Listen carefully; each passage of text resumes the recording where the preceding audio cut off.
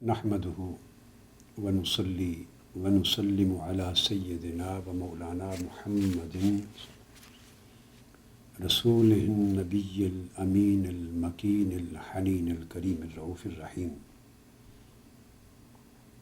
أما بعد، فأعوذ بالله من الشيطان الرجيم. بسم الله الرحمن الرحيم. وما أرسلناك إلا رحمة للعالمين. صدق اللہ مولانا العظیم. معزز سامعین و ناظرین، اللہ رب کا شکر ہے جس کی توفیق سے ہم اسلام کے دین رحمت و شفقت ہونے اور اسلام کے دین امن و سہولت ہونے کے موضوع پر سلسلہ وار گفتگو کر رہے ہیں. پچھلی نشست میں ہم نے اللہ تبارک و تعالیٰ کی توفیق سے اس موضوع کے ذیل میں اس پہلو پہ روشنی ڈالی تھی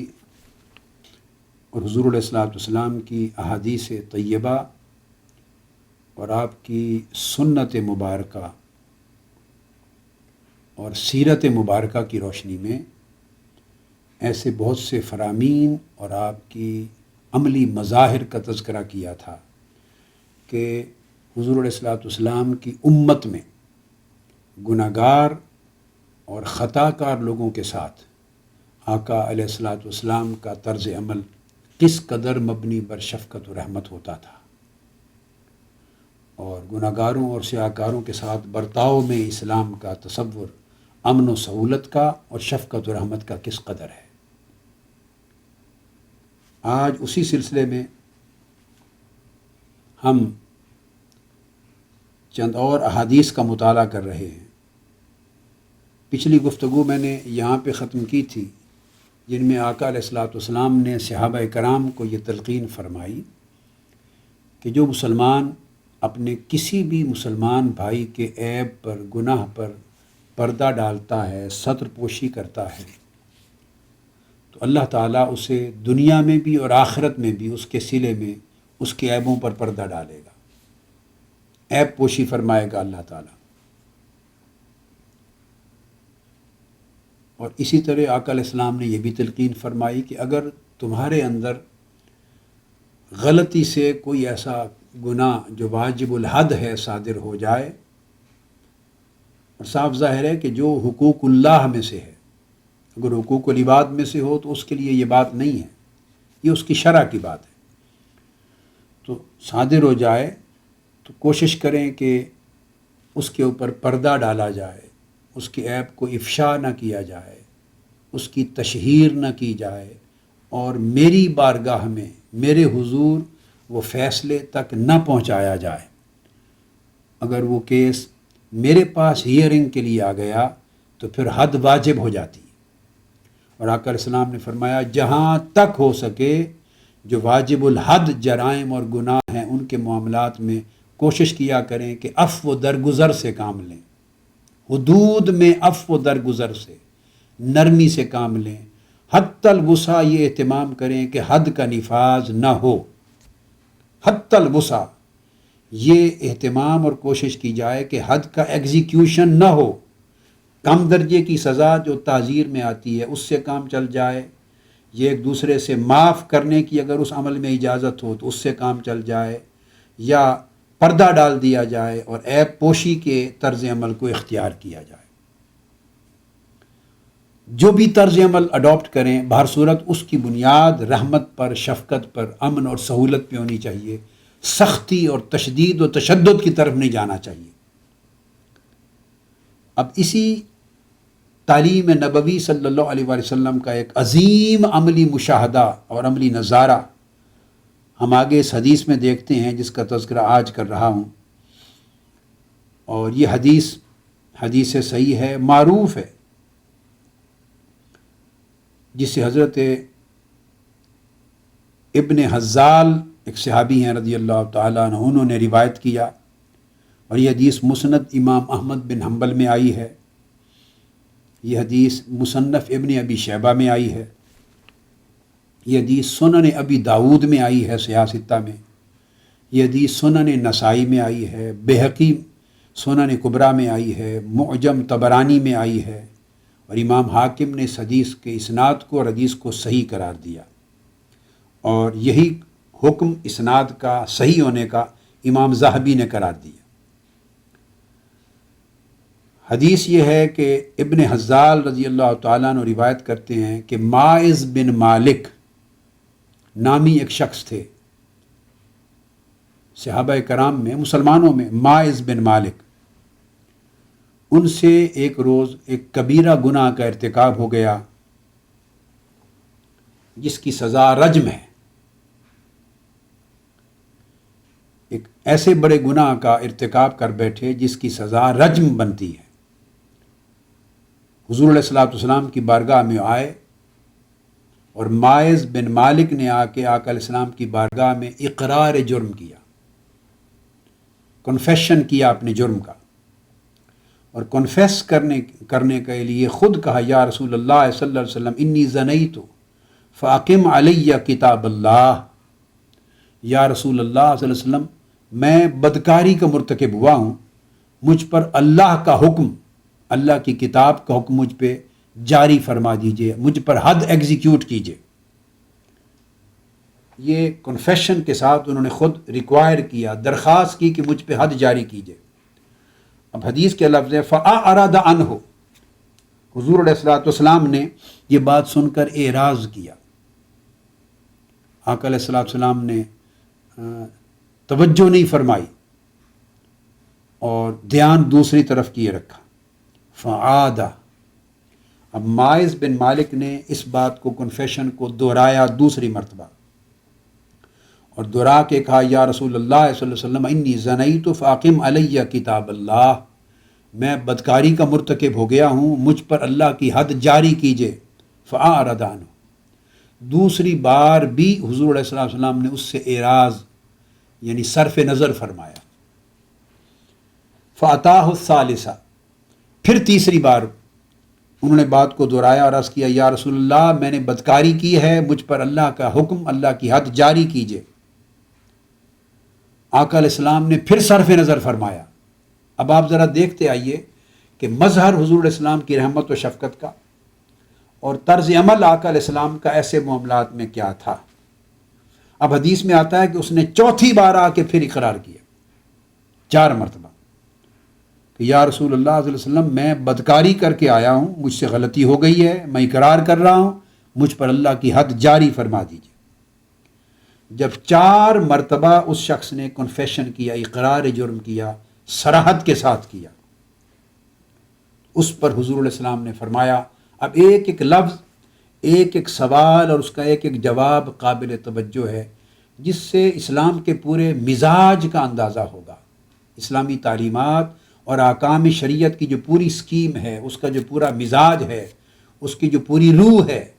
اس کی صحیح معرفت نصیب ہوگی۔ آقا علیہ السلام نے فرمایا انک قلتھا 4 مرات فبمن، اے شخص ماعز بن مالک تو نے 4 مرتبہ اقرار جرم کیا ہے، کنفیشن کیا ہے، اور یہ بات 4 مرتبہ کہی، اب بتاؤ کس کے ساتھ تم نے بدکاری کا ارتکاب کیا ہے؟ قال بفلانۃ، اب ایک ایک سوال کر رہے ہیں، اس کو کربوریشن کہتے ہیں، کراس ایگزامینیشن، اس کو لاء کی اصطلاح میں کراس ایگزامینیشن ہو رہی ہے، اور پھر کربوریشن کرنا چاہتے ہیں مختلف سوالات کر کے کہ کہیں اس کے جوابات میں کوئی ٹکراؤ تو نہیں آ جاتا، کہیں اس کے جواب میں کوئی تضاد تو نہیں آ جاتا، کہیں وہ اس کا بیان پھسل تو نہیں جاتا، تاکہ اس سے شک پیدا ہو جائے اور شک کا بینیفٹ دیتے ہوئے اس کے حد کے اجرا سے اس کو بچا لیا جائے۔ یہ جو ہمارے ماڈرن لاء میں، کرمنل لاء میں اور ویسٹرن فینالوجی میں جو ہمارے ہاں رائج الوقت ہے، پاکستان اور انڈیا میں بھی جو قانون ہے فوجداری، جو ہمارے ہاں PPC پاکستان پینل کوڈ کی شکل میں نافذ ہے، اور CRPC کرمنل پروسیجر کوڈ ہے، جس میں سماعت کا طریقہ ہے، اس کا جو ضابطہ جاتی قانون ہے فوجداری کا، وہ دنیا بھر میں جو رائج ہیں ان کے اندر، اور لا آف ایویڈنس کے اندر بھی قانون ہے کہ جو بینیفٹ آف ڈاؤٹ ہے وہ ملزم کو جاتا ہے، بینیفٹ آف ڈاؤٹ۔ اب پہلی بار تو دیکھیے کہ اس کے ایک بار اقرار کرنے پر رسول السلام نے ٹیک اپ نہیں کر لیا کیس، صرف نظر کیا،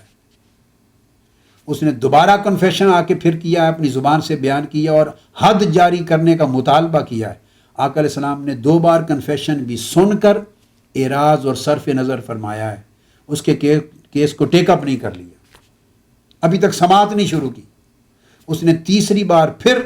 آقا علیہ السلام کی بارگاہ میں عرض کیا ہے، کنفیشن کیا ہے اور حد جاری کرنے کی درخواست کی ہے، آپ نے پھر صرف نظر فرمایا۔ چوتھی بار اس نے پھر کہا ہے، اور جب 4 بار اس نے کنفیشن کیا اور بتکرار باصرار اس نے اقرار جرم کر لیا ہے اور حد جاری کرنے کی درخواست کی ہے، تب آقا علیہ السلام نے اس سے پہلا سوال کیا۔ ایک تو طرز عمل اس پہلے 4 مرتبہ صرف نظر کرنے کا جو طریقہ ہے اس کے اوپر قائم ہو جاتا ہے کہ کیا طریقہ کار ہے، اسلام کا کیا مزاج ہے، احکام شریعت کی کیا روح ہے، آیا وہ رحمت و شفقت پر مبنی ہے یا سختی جبر و تشدد پر مبنی ہے، آیا امن اور سہولت اور رخصت دینے پر اور اس کے لیے آسانی پیدا کرنے اور بچاؤ کی تدبیر پیدا کرنے پر اس کا انحصار ہے، یا اس کو سختی سے گرفت کرنا، مواخذہ کرنا، پکڑ دھگڑ کر لینا اور چھوٹنے کے سارے راستے بند کرنے کے طریق پر قائم ہے؟ نہیں، مواخذے پر زور نہیں دیتا اسلام، معافی پر، عفو و درگزر پہ زور دیتا ہے، کیونکہ اس کا سارا کنسنٹریشن اور ایمفیسس اس بات پہ ہے کہ اس کی اصلاح ہو جائے، وہ توبہ کی طرف آ جائے اور آئندہ اصلاح ہو جائے۔ اب یہ ان لوگوں کے لیے بھی قابل توجہ ہے جنہوں نے سیکولر مائنڈڈ ہیں، ہماری نوجوان نسل ہے، جدید پڑھے لکھے لوگ ہیں، ڈسکس کرتے ہیں، خواہ ان کا تعلق میڈیا میں آ کے گفتگو کرتے ہیں، یونیورسٹیز اور کالجز میں پڑھتے ہیں، لیکچرنگ کرتے ہیں، سوسائٹیز میں، مجالس میں، حلقوں میں، کمپنیز میں بیٹھتے ہیں، ڈسکس کرتے ہیں اسلام پر، اور اسلام کی ڈیپتھ میں اس کی روح کی معلومات نہ ہونے کی وجہ سے غلط فہمی میں مبتلا ہیں، اور یہ سمجھتے ہیں کہ اسلام معاذ اللہ بڑی سخت سزاؤں کا دین ہے، اور پتہ نہیں کیا کیا پھر القاب دیتے ہیں معاذ اللہ منفی قسم کے اسلام کو، کتنا نیگیٹو پروپیگنڈا کرتے ہیں، کتنی منفی پکچر اسلام کی آگے پروموٹ کرتے ہیں، اور اسلام کی کتنی نیگیٹو پکچر آگے پروپیگیٹ کرتے ہیں۔ ان کے لیے بھی قابل توجہ ہے کہ اسلام کی تو سزائیں دی ہیں تاکہ جرم ختم ہو، ظلم ختم ہو، بے حیائی ختم ہو، فحاشی ختم ہو، عریانی ختم ہو، حق تلفی ختم ہو ایک دوسرے کی، اور سوسائٹی باربیرین سوسائٹی نہ بنے، سوسائٹی ایک دوسرے پر ظلم کرنے والی سوسائٹی نہ بنے، اسپریچول ہیومن مورل ویلیوز کو تباہ کرنے والی سوسائٹی نہ بنے، ویلیوز قائم رہیں، ہیومن رائٹس قائم رہیں، ہیومن ویلیوز قائم رہیں، موریلٹی قائم رہے اور موڈیسٹی قائم رہے، سینکٹیٹی قائم رہے، احکام کی ایک پیورٹی زندگی کے اندر، ایک پاکیزگی اور طہارت انفرادی زندگی میں بھی رہے، اجتماعی معاشرے میں بھی رہے، حتی الوسع۔ سزائیں تو دی ہیں، مگر بات سزاؤں کی نہیں، سزا کے اجرا کی ہے۔ ان سزاؤں کے اجرا کو جلدی سے تاجیلاً جلد اجرا کرنے کی حوصلہ شکنی کی ہے اسلام نے، کنڈیم کیا ہے، اجازت نہیں دی کہ تیزی کے ساتھ فوری سزا کے نافذ کرنے کی طرف رغبت کی جائے، اس کو بین کر دیا ہے۔ آقا علیہ السلام نے 4 مرتبہ اقرار سن کر بھی سزا سے اوائڈ کیا، اس پر کویسچننگ بھی نہیں کی تاکہ بات ممکن ہے وہیں خاموش ہو جائے اور واپس چلا جائے۔ اس کے بعد جب 4 مرتبہ اقرار ہو چکا ہے تو اب آقا علیہ السلام پوچھتے ہیں کس سے کیا ہے؟ اس نے نام بتایا فلاں سے۔ پھر اس کے بعد آگے دوسرا سوال کیا، حل ضاجعتھا؟ اب اس جرم کو جس کا وہ اقرار کر رہا ہے، کنفیشن کر رہا ہے، اس کو مزید کلیریفائی کرنے کے لیے کہ ان ایمبیگوسلی اس کا جو کنفیکشن ہے ان ایمبیگوسلی کلیئر ہو جائے، اس میں کوئی ایمبیگویٹی نہ رہے، کوئی کنفیوژن نہ رہے، کوئی مس انڈرسٹینڈنگ نہ رہے، اس کے سٹیٹمنٹ میں کوئی مغالطہ اور کوئی کانفلکٹ اور کوئی ڈسپیوٹ کسی قسم کا نہ رہے۔ اب اس کے لیے طرح طرح کے سوال فرما رہے ہیں تاکہ کلیریفائی ہو جائے سچویشن۔ ممکن ہے کہیں جا کے اس کی پوری سٹیٹمنٹ میں مغالطہ اور شبہ آ جائے، اور وہ شبہ اور ڈاؤٹ آ گیا تو اس کا بینیفٹ اس کو پہنچے گا، سخت سزا یعنی حد جاری کرنے کی بجائے ممکن ہے نرم سزا سے مسئلہ حل ہو جائے۔ تو پوچھا حل ضاجعتھا، اس کی کلیریفیکیشن کے لیے مزید اس کو ایک سوال کیا۔ پھر پوچھا، اس نے کہا نعم، جی ہاں۔ پھر آقا علیہ السلام نے پوچھا حل با شرطہا، پھر ایک اور سوال کیا اسے مزید کلیریفائی کرنے کے لیے، مزید نمایاں کرنے کے لیے، وضاحت کے لیے۔ قال نعم، اس نے اس پر بھی ہاں میں جواب دیا، اپنے کنفیشن پر مزید کلیریفائی کرتا چلا گیا، پازیٹیولی کرتا چلا گیا۔ پھر تیسری بار آقا علیہ السلام نے الفاظ بدل بدل کر اس بات کو کلیریفائی کیا ہے، اس سے کراس ایگزامیننگ کی، اور پھر فرمایا حل جامعتہا، یہ پھر ایک اور سوال کیا، چوتھا سوال تھا۔ قال نعم، ایک اور سوال کر کے مزید کلیریفیکیشن مانگی، اس نے اس پر بھی جواب دیا یس، جی ہاں یا رسول اللہ، میں نے گناہ اسی طرح کیا ہے، اسی طرح کیا ہے، اس طرح کیا ہے۔ جب اس نے کوئی شبہ اور شک کی گنجائش اپنے اقرار میں، کنفیشن میں نہ چھوڑی کہ جس کا بینیفٹ اسے دیا جا سکتا ہو، بینیفٹ آف ڈاؤٹ دیا جا سکتا ہو، کوئی راستہ خود اس نے نہ چھوڑا، مجرم نے، ملزم نے، تو پھر آقا علیہ السلام نے اس کے قبیلے کی طرف، اس کے گھر والوں کی طرف ایک شخص کو بھیجا، اس کے گاؤں کی طرف بھیجا۔ اب الفاظ آتے ہیں فَبَعَثَ إِلَىٰ قَوْمِهِ، صرف گھر والوں کی طرف ہی نہیں، اس کے قبیلے اور اس کی قوم کی طرف، یعنی اس کے محلے میں بھیجا، اس کی قوم، اب برادری کی طرف بھیجا ایک شخص کو، تاکہ ساروں سے جا کے پوچھو اب ہی جنون، کیا یہ شخص مینٹلی ڈس آرڈرڈ تو نہیں ہے، مریض تو نہیں، ایسی غلط الٹی سیدھی باتیں تو نہیں کرتا، اپنے بارے میں ایسے غلط بیان تو نہیں کرتا۔ تو جا کے یہ گنجائش اس حد تک کی کہ کوئی شہادت اس امر کی مل جائے، قابل قبول شہادت کہ ہاں یہ مینٹلی نارمل نہیں ہے، اب نارمل شخص ہے، مینٹل ہیلتھ اس کی ٹھیک نہیں ہے، یہاں تک آقا علیہ السلام نے پوچھوایا۔ قالوا لا، ساری برادری کی طرف سے جواب آیا یا رسول اللہ یہ مینٹلی بالکل ہیلدی ہے، اس کو کوئی ڈس آرڈر نہیں ہے، کوئی مریض نہیں ہے دماغی، کوئی جنون نہیں ہے۔ پھر آقا علیہ السلام نے پوچھا اس سے اسیب ام بکر، کیا تم شادی شدہ ہو یا غیر شادی شدہ ہو؟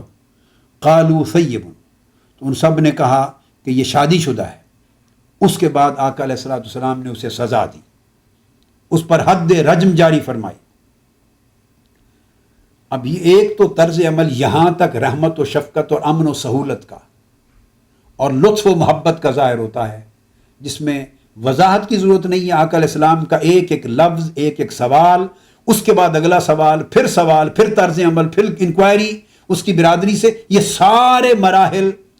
اظہر من الشمس کر دیتے ہیں سچویشن کو کہ ایسے حالات میں آقا علیہ السلام کا طرز عمل کتنی رحمت و شفقت پر مبنی تھا، اور سزا دینے کو کتنا ڈیفر کرتے تھے، اور کتنی گہرائی تک جاتے کہ کوئی ایک معمولی سا بینیفٹ ڈاؤٹ کا اس کو اگر دیا جا سکتا ہو تو اس کا امکان بھی اچھی طرح کھنگال لیا جائے۔ اب اس کے بعد اگلا حصہ آتا ہے، سزا ہو چکی، سزا ہو جانے کے بعد آقا علیہ السلام نے فرمایا صحابہ کرام کو، یہ حدیث پورا مضمون ہے جس کا میں نے ذکر کیا کہ امام احمد بن حنبل نے، ابن ابی شیبہ نے، امام ابو داؤد نے، امام نسائی نے، امام بہقی نے، امام طبرانی نے، امام حاکم نے، سب نے سند صحیح کے ساتھ روایت کیا۔ اب یہ جملے آگے آقا علیہ السلام فرماتے ہیں سزا دے کے خوش نہیں تھے، اب سزا اس نے اپنی سٹیٹمنٹ، اپنی گواہی، اپنے اقرار کی وجہ سے بس حد اصرار سزا لی، حد جاری کروائی۔ اب آقا علیہ السلام کے پاس عملاً سزا دینے کے سوا کوئی اور شرعی راستہ اس کو بینیفٹ دینے کا نہیں تھا۔ جب سزا ہو چکی تو آقا علیہ السلام خود غم زدہ تھے، اس کے سزا دینے پر غم زدہ تھے۔ گویا اسلام کا مزاج یہ ہے کہ حضور علیہ السلام سزا دینے پر خوش نہیں ہوتے تھے، خوشی سے سزا نہیں دیتے تھے، خوشی ہوتی ہے آپ کو سزا کے ترک ہو جانے کی، سزا کے درگزر ہو جانے کی، اور سزا کے معاف ہو جانے پر خوشی ہوتی۔ اب سزا ہو چکی تو آقا علیہ السلام نے صحابہ کرام کی مجلس میں بیٹھے ہوئے فرمایا ہلا ترکتموہ لعلہ یتوب فیتوب اللہ علیہ۔ خاموش بیٹھے بیٹھے اچانک بولے، صحابہ کرام سے فرمانے لگے تم نے اسے وہیں چھوڑ کیوں نہ دیا؟ کتنا اچھا ہوتا اگر تم اسے میرے پاس نہ لے آتے، اگر اس سے گناہ ہو گیا تھا تو اس کو میرے پاس آنے سے روک دیتے، اس کو وہیں رکھ لیتے، وہیں رکتا، لعلہ یتوب، شاید وہ توبہ کر لیتا، فیتوب اللہ علیہ، ممکن ہے اللہ پاک اس کی توبہ قبول کر لیتا، اس کی اصلاح ہو جاتی، اور قبولیت توبہ کے بعد وہ ایک نیک اور صالح شخص بن جاتا۔ یہ اندر سے ایک آواز نکلی، اور یہ ایک ایک جملہ محض اظہار جذبات نہیں ہوتا تھا آقا علیہ السلام کا، دراصل ایک ایک کلمہ جو زبان مبارک سے صادر ہوتا وہ ان جذبات کی عکاسی کرتا جو آقا علیہ السلام امت محمدی کے ہر فرد میں وہی جذبات دیکھنا چاہتے، وہی جذبات منتقل فرمانا چاہتے ہیں ہر ایک کی شخصیت میں، ہر ایک کے کردار میں، ہر ایک کے مزاج میں، ہر شخص کے طرز عمل میں، اور پورے دین کے امپلیمنٹیشنل سکیم میں،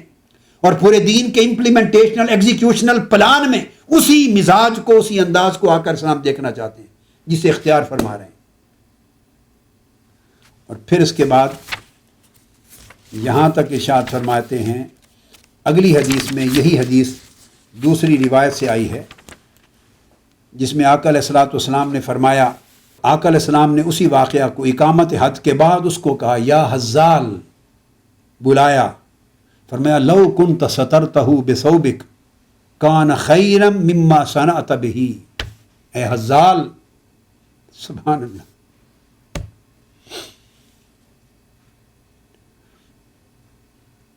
صلی اللہ تعالی علیہ وآلہ وسلم، یا رسول اللہ، یا رسول اللہ، یا رسول اللہ صلی اللہ علیہ وسلم، وما ارسلناک الا رحمت للعالمین کی کتنی عظیم تفسیر ہے۔ اس سے بڑھ کر کون سا پیکر انسانی ہوگا، کون سا پیکر بشری ہوگا، کون سا پیکر نبوی ہوگا، کون سا پیکر رسالت ہوگا جس کی ذات میں امت کے گناہ گاروں کے لیے اتنی محبت اور اتنی شفقت اور رحمت پائی جائے۔ کائنات ہست بود میں کون ہوگا اتنی رحمت اور شفقت و محبت کا پیکر جو آقا علیہ السلام کی بارگاہ سے نظر آتی؟ یہی مزاج اسلام کا ہے۔ آقا علیہ السلام نے فرمایا، یا حزال لو کنت سترتہ بثوبک، تم اگر اسے ماعز بن مالک کو اگر تم اپنے پردے میں چھپا دیتے، کپڑا ڈال دیتے اس پر اور چھپا دیتے، نہ اس کو کوئی دیکھتا نہ کسی کو پتہ چلتا اس کے گناہ کا، تو فرمایا کان خیرا مما صنعت بہ، یہ اس عمل سے بہتر ہوتا جو تم نے اس کے ساتھ کیا، یعنی اس کو میرے پاس لے آئے اور میرے پاس لے کر اس نے بار بار اقرار کیا اور تم نے اقرار کروایا، اس نے خود کیا،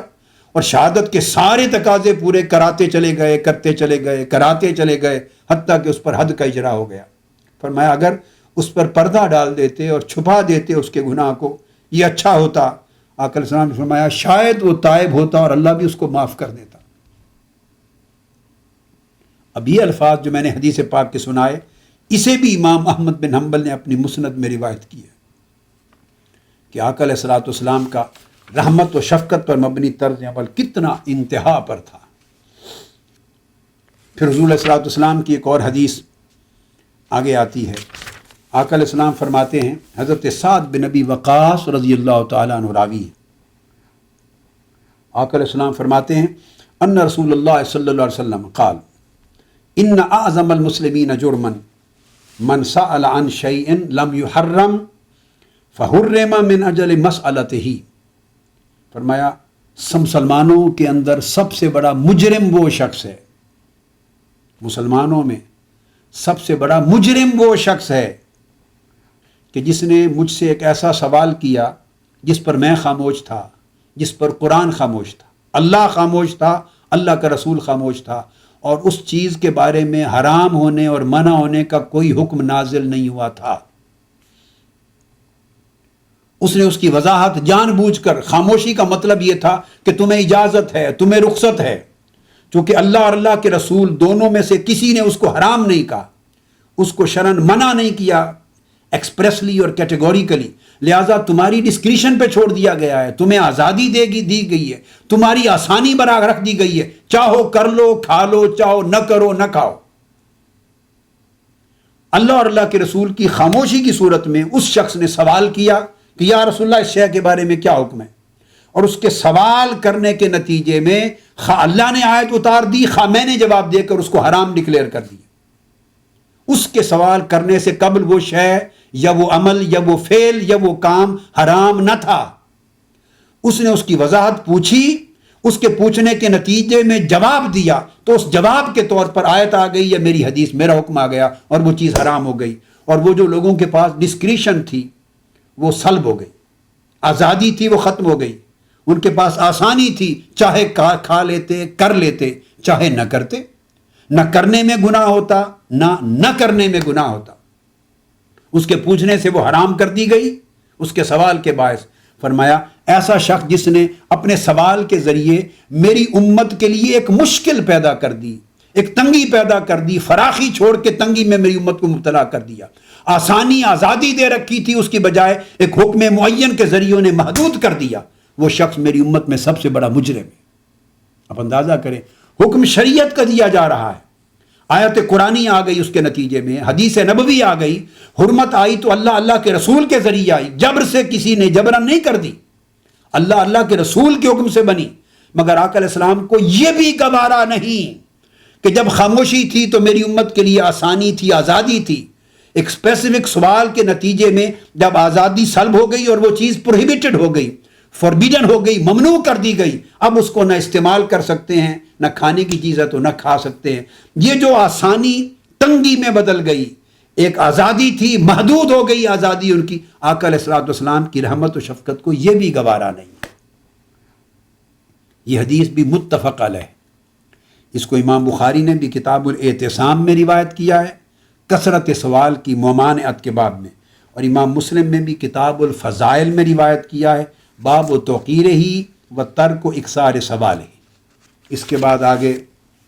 ایک اور حدیث آتی ہے. ہاں، یہ وہی ماعز بن مالک کا جو واقعہ ہے اس پر ایک اور حدیث جسے امام مسلم نے اپنے طریق سے حدیث صحیح کے طور پہ روایت کیا، اور اس کے راوی ہیں صحابی حضرت بریدہ رضی اللہ تعالی عنہ. یہ وہی ماعز بن مالک کی جو حدیث ہے رجم کی، اسی کے باب میں ایک دو قول اور آ گئے ہیں. اور ایمان افروز بات ہے آقا علیہ السلام نے جو فرمائی ہے وہ یہ کہ ماعز بن مالک کو جب رجم کی سزا دی جا چکی، ایگزیکیوشن ہو گئی جب سزا کی، تو صحابہ کرام کہتے ہیں حضرت بریدہ رضی اللہ تعالیٰ عنہ نے روایت کیا، اور اس حدیث کو امام مسلم نے پھر کتاب الحدود میں اس کو تخریج کیا ہے. فرماتے ہیں حضرت بریدہ کہ صحابہ کرام کہتے ہیں کہ ہم بیٹھے ہوئے تھے آقا علیہ الصلوۃ والسلام کی بارگاہ میں کہ ایک شخص آیا، حضور علیہ السلام تشریف لائے اور آ کے بیٹھ گئے ہمارے اندر، ہماری مجلس میں بیٹھ گئے. ہم خاموش بیٹھے ہیں. آقا علیہ السلام تشریف لا کے تشریف فرما ہوئے ہمارے اندر درمیان بیٹھ گئے، اور تھوڑی دیر کے بعد فرمانے لگے فقال استغفروا لماعز بن مالک. آقا علیہ السلام نے ہمیں حکم دیا کہ تم سب ماعز بن مالک کی بخشش کے لیے دعا کرو. اب اندازہ کیجیے، ماعز بن مالک کی بخشش کے لیے دعا کرو. آقا علیہ السلام نے فرمایا قال فقالوا غفر اللہ لماعز بن مالک. تو سارے صحابہ نے حضرت ماعز بن مالک کی بخشش و مغفرت کے لیے حکم رسول صلی اللہ علیہ وسلم پر بخشش کی دعا کی. اس پر فقال رسول اللہ صلی اللہ علیہ وسلم لقد تاب توبۃ لو قسمت بین امت لواسعتہم. آقا علیہ السلام نے فرمایا سنو، ماعز بن مالک نے اتنی بڑی توبہ کی، گناہ تو کیا ہی تھا اس نے گناہ کبیرہ، مگر اس کے بعد اس نے اتنی بڑی توبہ کی کہ اگر ایک امت پر، ایک بہت بڑی جماعت اور بہت بڑی قوم پر، یعنی ہزاروں لوگوں پر مشتمل یا سینکڑوں لوگوں پر مشتمل ایک پوری قوم پر اس کی توبہ کو تقسیم کر دیا جائے تو وہ ایک توبہ ان سینکڑوں ہزاروں لوگوں کی بخشش کے لیے کافی ہو جائے گی، ان کی مغفرت کے لیے کافی ہو جائے گی. ان کو اندازہ کیجئے اتنی بڑی توبہ کی آقا علیہ السلام نے اس کے لیے یہ فرمایا. اسی طرح اسی ماعز بن مالک ہی کے حوالے سے یا حدیث پاک میں ہے کہ وہ کسی اور شخص کے حوالے سے یہ واقعہ ہے. ایک اور جوان تھا، مختلف محدثین نے، شارحین نے اس کو الگ بیان کیا، کسی نے اسی کے تحت بیان کیا. تاہم حدیث میں لفظ ماعز بن مالک کا نہیں آیا، لفظ آیا کسی شاب کا، کوئی جوان تھا. اس پر حد رجم جاری ہوئی، اور حد رجم کے بعد جب رجم کی حد لگ گئی تو اس کے بعد صحابہ کرام کہتے ہیں کہ ہم بیٹھے تھے، کوئی شخص آیا، اس نے آ کر اس کے بارے میں پوچھا. جب پوچھا تو صحابہ میں سے بعض نے کہا کہ یا رسول اللہ ان ھذا یسأل عن الخبیث، کہ یہ شخص اس خبیث شخص کے بارے میں پوچھتا ہے کہ وہ کہاں ہے. کسی ایک نے یوں کہہ دیا کہ یہ جو شخص آیا ہے یا رسول اللہ صلی اللہ علیہ وسلم اس خبیث کے بارے میں سوال کرتا ہے، پوچھتا ہے وہ کون ہے. آقا علیہ السلام نے یہ بات سنی، فرمایا خبردار اس کو خبیث مت کہو، جسے گناہ کبیرہ کی سزا دی جا چکی ہے۔ فرمایا خبردار، لہو اطیب عند اللہ من ریح المسک، خدا کی قسم وہ اللہ کے ہاں تم اسے خبیث کہہ رہے ہو، ناپاک کہہ رہے ہو، وہ اللہ کے ہاں کستوری کی خوشبو سے بھی بہتر اس کی خوشبو ہے، کستوری کی خوشبو سے بھی بہتر اس کی خوشبو ہے۔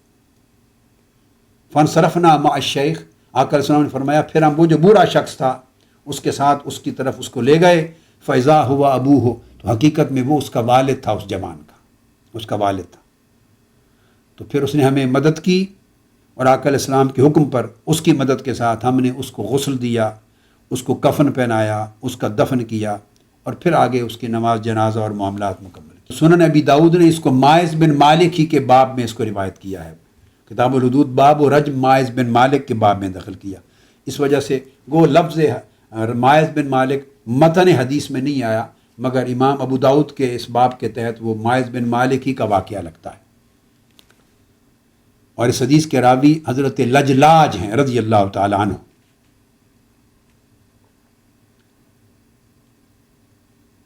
اب اس طرح ایک اور واقعہ ہے جس کو حضرت عمران رضی اللہ تعالیٰ عنہ روایت کرتے ہیں صحابی۔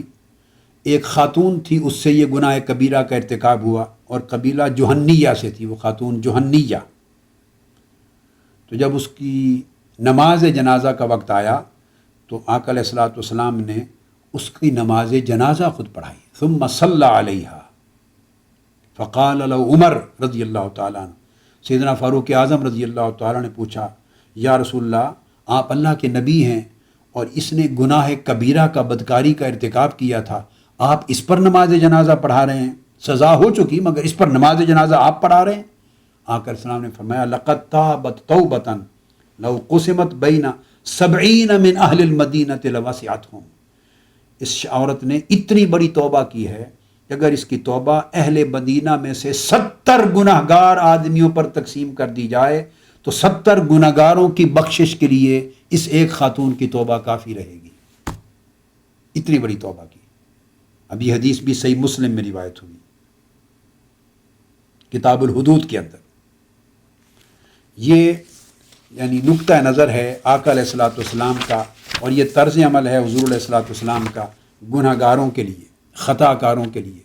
جن سے کوئی گناہ صادر ہو گیا، کوئی خطا صادر ہو گئی، اور شریعت اسلامیہ کی کھلی خلاف ورزی صادر ہو گئی غلطی کے ساتھ، تو آقا علیہ السلام کا طرز عمل جو تھا وہی طرز عمل اسلام کا ہے، اور وہی ہونا چاہیے، وہی مزاج احکام شریعت کا ہے، اور وہی سمجھا جانا چاہیے، وہی نفاذ اسلام اور نفاذ شریعت کے باب میں وہی اسکیم آقا علیہ الصلوۃ والسلام کی ہے، اور وہی آج بھی اور قیامت تک ہونی چاہیے، کہ سزاؤں کے اجراء کو اسلام پسند نہیں کرتا،